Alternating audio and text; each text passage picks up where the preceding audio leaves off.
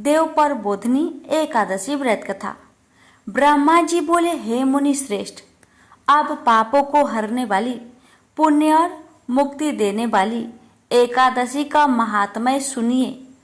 पृथ्वी पर गंगा की महत्ता और समुद्र तथा तीर्थों का प्रभाव तभी तक है जब तक कि कार्तिक के देव पर बोधनी एकादशी तिथि नहीं आती।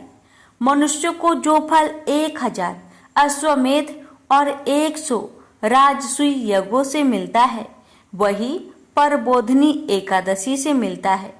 नारद जी कहने लगे कि हे पितामह, एक समय भोजन करने, रात्रि को भोजन करने तथा 12.5 दिन उपवास करने से क्या फल मिलता है, सो विस्तार से बताइए।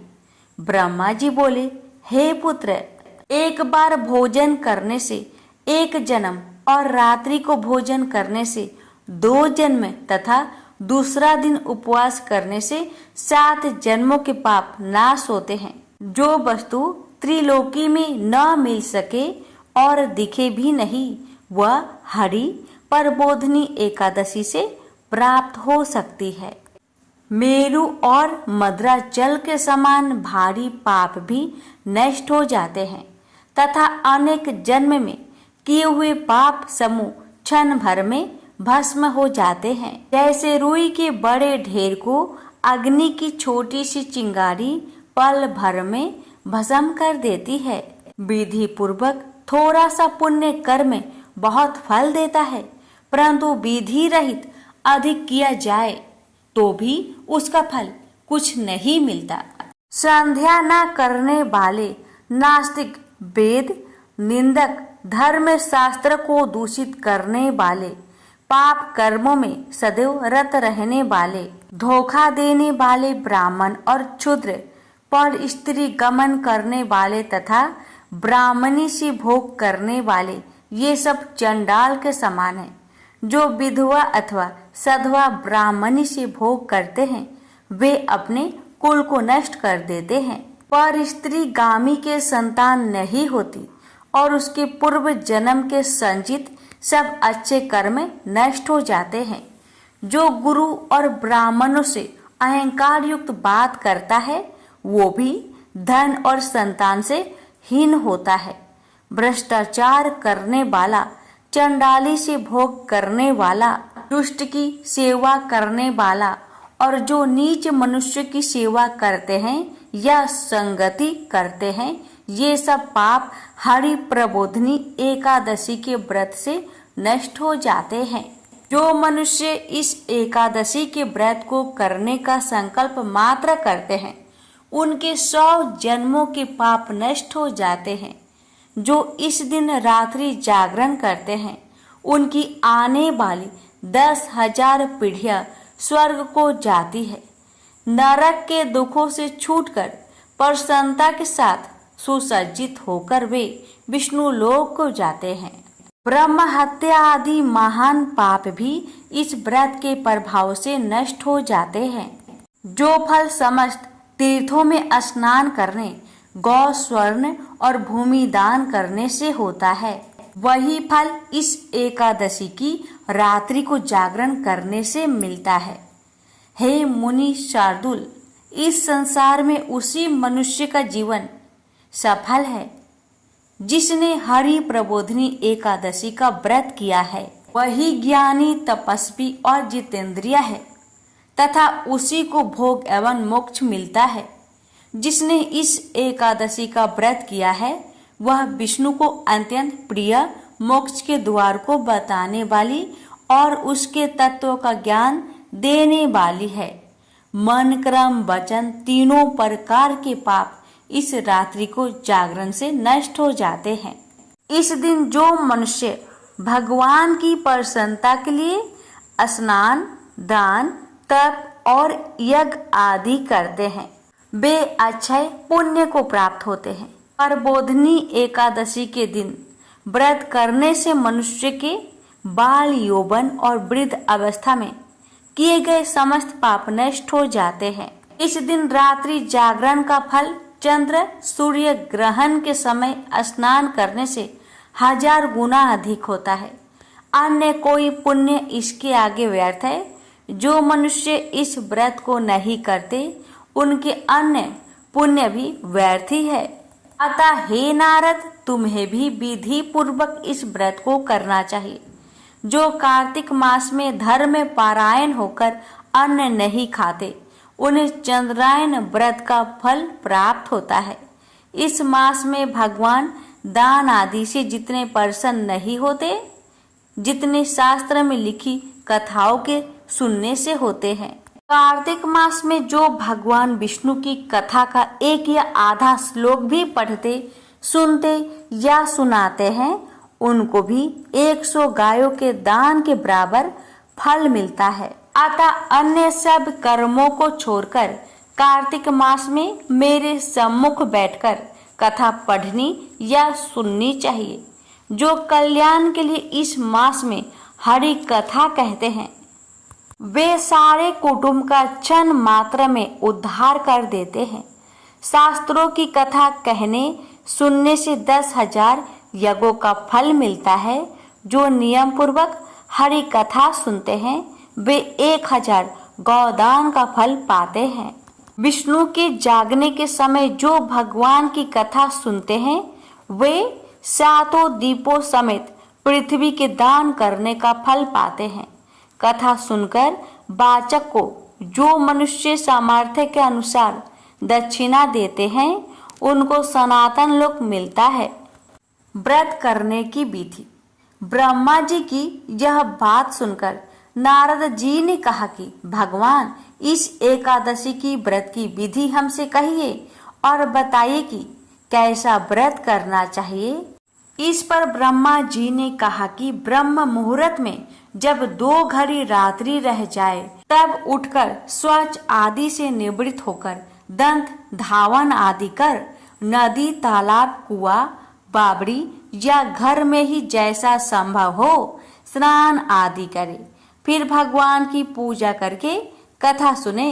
फिर व्रत का नियम ग्रहण करना चाहिए। उस समय भगवान से प्रार्थना करे कि हे भगवान, आज मैं निराहार रहकर व्रत करूंगा, आप मेरी रक्षा कीजिए।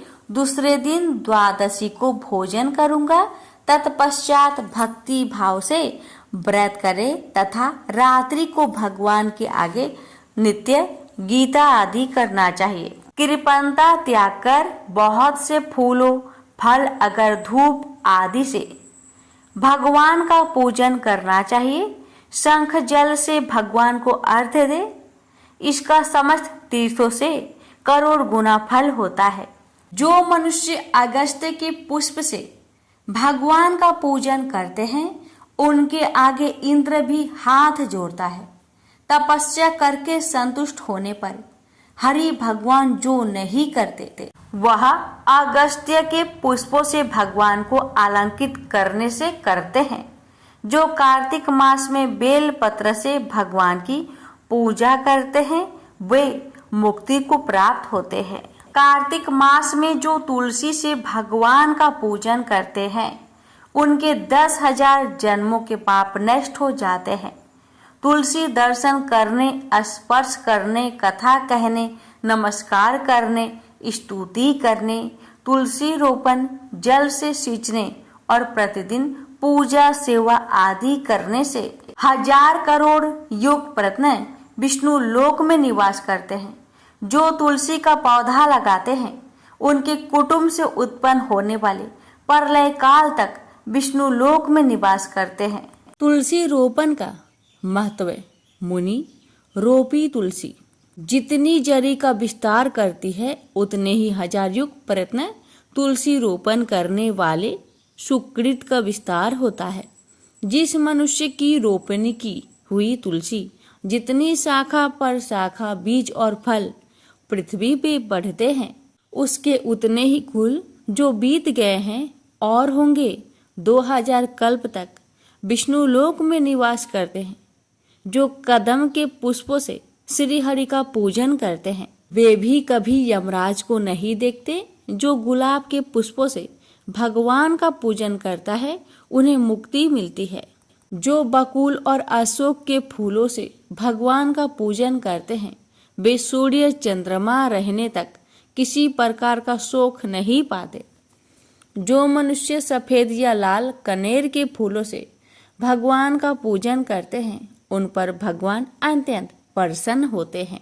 और जो भगवान पर आम की मजरी चढ़ाते हैं, वे करोड़ों गायों के दान का फल पाते हैं। जो दूब के अंकुरों से भगवान की पूजा करते हैं, वे 100 गुना पूजा का फल ग्रहण करते हैं। जो स्वामी के पत्र से भगवान की पूजा करते हैं, उनको महाघोर यमराज के मार्ग का भय नहीं रहता। जो भगवान को चंपा के फूलों से पूजते हैं, वे फिर संसार में नहीं आते। केतकी के पुष्प चढ़ाने से करोड़ों जन्म के पाप नष्ट हो जाते हैं। पीले रक्त वर्ण के कमल के पुष्प से भगवान का पूजन करने वाले को श्वेत दीप में स्थान मिलता है। इस प्रकार रात्रि को भगवान का पूजन कर प्रातः काल होने पर नदी पर जाए और वहां स्नान, जप तथा प्रातः काल के कर्म करके घर पर आकर विधि पूर्वक केशव का पूजन करे। व्रत की समाप्ति पर विद्वान ब्राह्मण को भोजन कराए और दक्षिणा देकर क्षमा याचना करे। इसके पश्चात भोजन, गौ और दक्षिणा देकर गुरु का पूजन करे। ब्राह्मणों को दक्षिणा दे और जो चीज व्रत के आरंभ में छोड़ने का नियम किया था, वह ब्राह्मणों को दे। रात्रि में भोजन करने वाला मनुष्य ब्राह्मणों को भोजन कराए तथा स्वर्ण सहित बैलों का दान करे।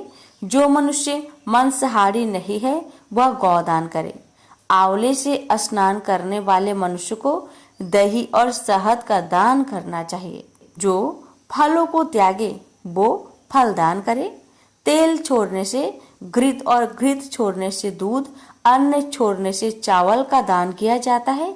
इसी प्रकार जो मनुष्य भूमि शयन का व्रत लेते हैं, उन्हें सोया दान करना चाहिए। साथ ही तुलसी सब सामग्री सहित देना चाहिए। पत्ते पर भोजन करने वाले को सोने का पत्ता घृत सहित देना चाहिए। मौन व्रत धारण करने वाले को ब्राह्मण और ब्राह्मणी को घृत तथा मिठाई का भोजन करवाना चाहिए। बाल रखने वाले को तर्पण, जूता छोड़ने वाले को 1 जोड़ा जूता, लवन त्यागने वाले को सकरा, मंदिर में दीपक जलाने वाले को तथा नियम लेने वाले को व्रत की समाप्ति पर ताम्र अथवा स्वर्ण के पात्र पर घृत और बत्ती रखकर विष्णु भक्त ब्राह्मण को दान देना चाहिए। एकांत व्रत में 8 कलश, वस्त्र और स्वर्ण से अलंकृत करके दान करना चाहिए। यदि यह भी ना हो सके तो इनके अभाव में ब्राह्मण का सत्कार सब व्रतों को सिद्ध करने वाला कहा गया है। इस प्रकार ब्राह्मण को प्रणाम करके विदा करे। इसके पश्चात स्वयं भी भोजन करे। जिन वस्तुओं को चतुर्मास में छोड़ा हो, उन वस्तुओं की समाप्ति करे, अर्थात ग्रहण करने लग जाए। हे राजन, जो बुद्धिमान इस प्रकार चतुर्मास व्रत निर्विघ्न समाप्त करते हैं, वे कृत्य हो जाते हैं और फिर उनका जन्म नहीं होता। यदि व्रत भ्रष्ट हो जाए तो व्रत करने वाला कोढ़ी या अंधा हो जाता है। भगवान कृष्ण कहते हैं कि हे राजन, जो तुमने पूछा था वह सब मैंने बतलाया। इस कथा को पढ़ने और सुनने से गौदान का फल प्राप्त होता है। प्रेम से बोलिए लक्ष्मीपति विष्णु भगवान जी की जय। माँ भगवती को मानने वाले में से एक राजा अस्पर्श भी थे। वो दिन रात उनकी पूजा अर्चना में लीन रहते थे। राजा को किसी चीज की कमी न थी, बस उन्हें बच्चे की ख्वाहिश थी। सालों से बच्चा न होने के कारण राजा कुछ निराश रहा करते थे। एक दिन राजा की भक्ति से खुश होकर माँ भगवती ने सपने में आकर उसे 2 बेटी होने का वरदान दिया। आशीर्वाद मिलने के कुछ समय बाद राजा के घर एक बेटी पैदा हुई। बेटी पैदा होने की खुशी में राजा ने सबको दावत दी और बेटी की कुंडली बनवाने के लिए पंडितों को बुलवाया। सबने राजा से एक ही बात कही कि यह साक्षात देवी का रूप है। जहाँ भी इसके कदम पड़ेंगे वहाँ खुशियाँ ही खुशियाँ होगी। यह भगवती देवी की भक्तन होगी। इतना सब कहकर पंडितों ने लड़की का नाम तारा रख दिया। कुछ समय के बाद मंगलवार के दिन राजा के घर एक और बेटी पैदा हुई। ज्योतिषों ने उसकी भी कुंडली बनवाई और उदास हो गए। राजा ने जब उनसे उदासी का कारण पूछा तो ज्योतिषों ने बताया कि ये लड़की आपके जीवन में खूब सारा दुख लेकर आएगी। राजा ने ज्योतिषों से पूछा कि आखिर मैंने ऐसा कौन सा खराब कर्म किए थे कि इसने मेरे घर में जन्म लिया है। ज्योतिषों ने बताया कि आपकी दोनों बेटियां राजा इंद्र की अप्सराएं हुआ करती थी। इनमें से बड़ी बहन का नाम तारा और छोटी का रुकमन था। एक दिन ये दोनों मिलकर धरती की सैर करने के लिए गई। दोनों ने ही वहां पहुंचकर एकादशी के दिन का व्रत रखा। तारा ने अपनी छोटी बहन से कहा कि आज एकादशी का व्रत है, इसलिए बाजार जाकर कुछ ताजे फल ले आओ, लेकिन वहां कुछ खाना मत। रुकमन बाजार फल लेने के लिए चली गई। वहां उसे मछली के पकौड़े दिखे। उसने झट से उन्हें खा लिया और अपनी दीदी के लिए कुछ फल ले लिए। रुकमन से तारा ने पूछा कि तुम अपने लिए फल क्यों नहीं लाई। उसने जवाब दिया कि वो मछली के पकौड़े खाकर आई है। तारा ने गुस्से में कहा कि तुम पापिन हो, एकादशी के दिन तुमने मछली खा ली। ऐसे खराब कर्म के लिए मैं तुम्हें छिपकली बनने का श्राप देती हूँ। अब उसी जंगल में तारा की बहन छिपकली बनकर रहने लगी। वहाँ एक जाने माने ऋषि गुरु गोरख भी अपने कुछ शिष्यों के साथ रहते थे। उनके शिष्यों में से एक बहुत ही घमंडी था। अपने घमंड के चलते वो शिष्य कमंडल में पानी भरकर एकांत में बैठकर तपस्या करने लगा। तभी एक प्यासी गाय वहां आ गई। उसने सीधे अपना मुख उस कमंडल में डाला और पानी पी लिया। पानी पीने के बाद जैसे ही गाय अपना मुख बाहर को निकालने लगी तो कमंडल नीचे गिर गया और ऋषि का ध्यान भंग हो गया। ऋषि ने देखा कि गाय पानी पी गई है। अब गुस्से में ऋषि ने गाय को एक चिमटे से बुरी तरह घायल कर दिया। इस बात की जानकारी जब गुरु गोरख को पड़ी तो वे तुरंत गाय को देखने के लिए गए। जैसे ही उन्होंने गाय की हालत देखी वैसे ही अपने उस घमंडी शिष्य को आश्रम से बाहर निकाल दिया। कुछ दिनों के बाद गौ माता पर किए गए उस अत्याचार से होने वाले पाप को कम करने के लिए उन्होंने एक यज्ञ करवाया। इस यज्ञ के बारे में गाय को चिमटे से मारने वाले घमंडी शिष्य को भी पता चला। वे सीधे पक्षी का रूप धारण करके यज्ञ स्थल पर गया और भोजन में अपनी चोंच से मरा हुआ सांप डाल दिया। किसी को इस बात की खबर नहीं हुई।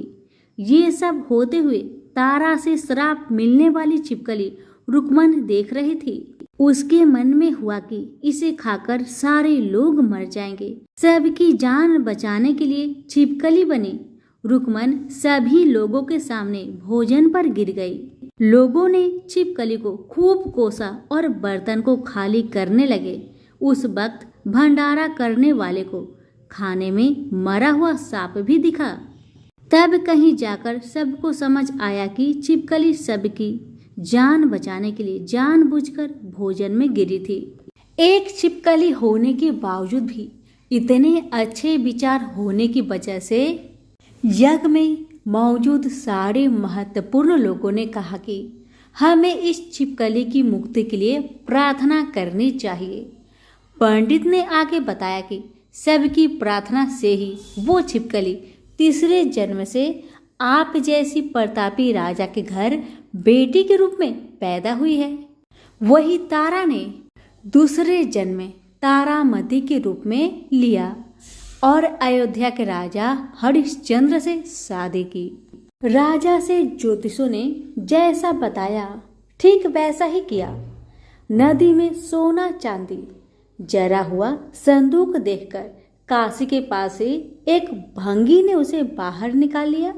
उसके कोई बच्चे नहीं थे, इसलिए उसने संदूक के अंदर की लड़की को पालने का फैसला लिया। उसे भंगी व उसकी पत्नी ने खूब प्यार से पाला और रुक्को नाम रख दिया। बड़ी होते ही दोनों ने रुक्को की शादी करवा दी। रुक्को की सासू माँ तारामती और राजा हरिश्चंद्र के महल में साफ सफाई करने का काम किया करते थे। कुछ दिनों के बाद रुक्को की सासू माँ बीमार हो गई। उनकी जगह रुक्को वहां काम करने लगी। तारामती ने उसे देखा और पुराने जन्म के पुण्य के कारण पहचान लिया और उसे कहा कि तुम मेरे साथ बैठ जाओ। रुक्को ने बोला कि मैं तो भंगिन हूँ, इसलिए आपके पास नहीं बैठ सकती। तब तारामती ने उसे बताया कि तुम पूर्व जन्म में मेरी ही बहन थी। तुमने एकादशी के व्रत के दिन मछली खा ली थी और मैंने तुम्हें दंड देते हुए छिपकली बना दिया। अब तुम्हें दोबारा मनुष्य जन्म मिला है, तो इस जन्म में माँ वैष्णो की पूजा करके पुण्य कमा लो। माँ की पूजा से तुम्हारी सारी इच्छाएं भी पूरी होगी। तारामती की इस बात को सुनने के बाद रुक्को माँ वैष्णो से एक बेटे के लिए प्रार्थना करती थी और कहती है कि अगर उनकी मनोकामना पूरी हुई तो वो अपने घर में माँ वैष्णो देवी का पूजन और जागरण कराएगी। माँ वैष्णो देवी उसकी प्रार्थना सुन लेती है और उसे बेटा होता है। पुत्र की प्राप्ति के बाद रुक्को उसकी देखभाल और लाड़ दुलार में माँ वैष्णो देवी की पूजा करना भूल जाती है। ऐसे होते होते 5 साल बीत गए और फिर एक दिन उस बच्चे को चेचक यानी माता निकल आती है। बच्चे की ऐसी स्थिति देखकर परेशान रुक्को अपने पिछले जन्म की बहन तारामती के घर जाकर उन्हें इस समस्या के बारे में बताती है।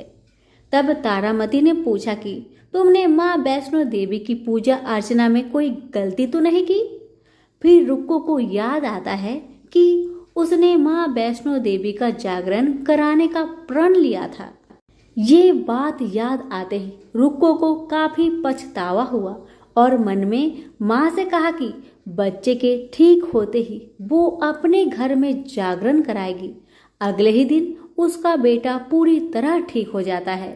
तभी रुक्को ने माता रानी के मंदिर जाकर पुजारियों को कहा कि मंगलवार के दिन घर में जागरण करवा दीजिए। रुक्को की बात सुनकर पंडित कहते हैं कि तुम यही 5 रुपए दे दो, तुम्हारे लिए हम मंदिर में ही जागरण करा देंगे।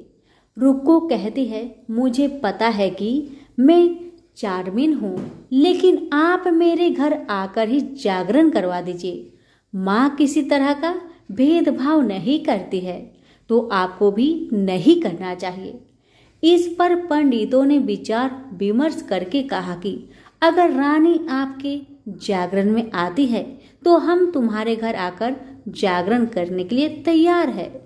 पंडितों की बात सुनकर रुक्को अपनी बहन रानी तारामती के पास जाती है और तारामती को सारी बात बताती है।